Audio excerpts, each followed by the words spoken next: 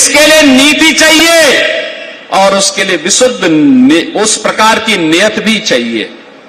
जब नियति न हो और नीति ही न हो, कुछ भी नहीं हो सकता। और यही तो पिछली सरकारों में था। होता कैसे? हर जिले में दंगे होते थे, 17 के पहले हर जिले में दंगे। कोई सुरक्षित नहीं था, न बेटी सुरक्षित न व्यापारी सुरक्षित। पहली बार हुआ है।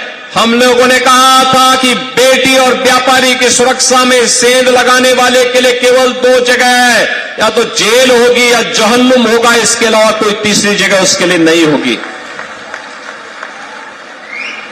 हम लोगों ने कहा माफिया को मिट्टी में मिलाएंगे, माफिया मिट्टी में मिल गए। बहनों और भाइयों, आज सुरक्षा का मॉडल यूपी दे रहा है। हर बेटी को सुरक्षा है, हर व्यापारी को सुरक्षा है। और जब सुरक्षा आती है तो सुशासन लेके आती है। सुशासन समृद्धि लेके आती है, निवेश आता है तो समृद्धि आती है, नौजवान के लिए रोजगार का पिटारा खुलता है। अब मैं देखता हूं जब उत्तर प्रदेश सरकार की कोई भर्ती निकलती है, नियुक्ति पत्र वितरण होते हैं, पुलिस हो या फिर किसी भी विभाग का, उस विभाग में अमरोहा का नौजवान भी नियुक्ति पत्र प्राप्त करता है, धनौरा का नौजवान भी उसमें नियुक्ति पत्र प्राप्त करता है। मुझे बहुत अच्छा लगता है। देखो, यही तो पहले रामपुर का सिंडिकेट और सफाई का सिंडिकेट, इसी में तो डकैती डालता था, इसी से वंचित कर दिया जाता था यहां के नौजवानों को। लेकिन अब कोई आपके हक पर डकैती नहीं डाल सकता है, क्योंकि आपकी अपनी सरकार है, आपकी अपनी सरकार है। बहनों और भाइयों, मैं 17 में जब आया था श्री महेंद्र खड़गवंशी के प्रचार में, कितना भय था।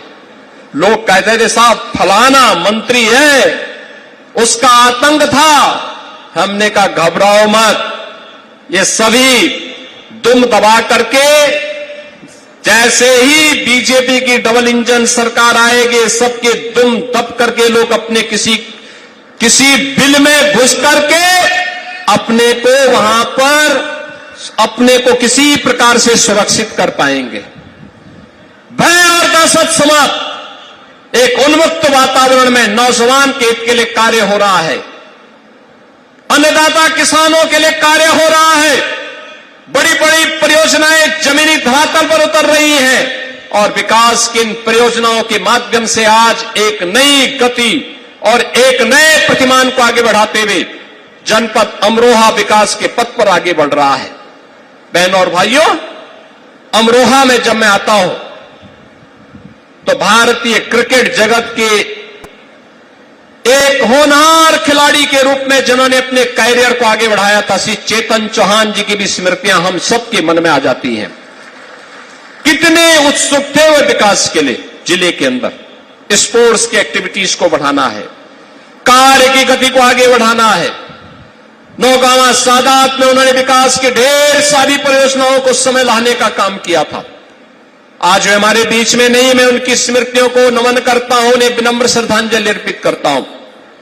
बहनों और भाइयों, मैं तो आप सबसे कहने के लिए आया हूं, यह डबल इंजन की भारतीय जनता पार्टी और एनडीए की सरकार